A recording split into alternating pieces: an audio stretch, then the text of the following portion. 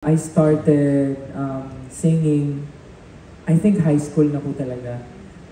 Before, nag-try po ako na i-pursue yung singing.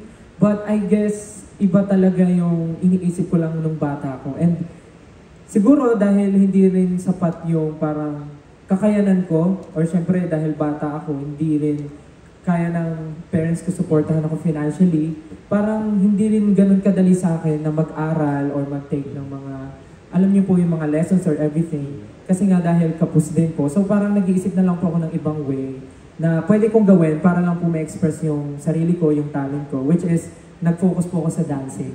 But yung singing naman po kasi, masasabi ko pong meron na po akong talent than before. But I guess, yung maganda sa panahon po ngayon, sobrang ang daming mas access yung mga kabataan sa pag-aral ng kanta. Of course, meron tayong internet, madaling mag-aral ng kanta. And of course, kahit sa internet, may mga libreng vocal lessons, may mga libreng ganon, may mga affordable na mga vocal teachers. Hindi katulad po dati na talagang pupunta ka talaga sa mga bahay-bahay or sa mga lugar nila para makapag-vocal lessons. But now, kahit sa bahay nyo, pwede kayo sa internet, online, or pupunta yung teacher. Basta marami na pong access ngayon yung mga kabataan. And of course, super happy rin kami na marami ding mga ganitong klaseng programa na tumutulong and mas pinapatatag pa yung pangarap ng isang bata na may nakasuporta sa iyo, naniniwala kami sa iyo, and very welcome kayo to join any competition basta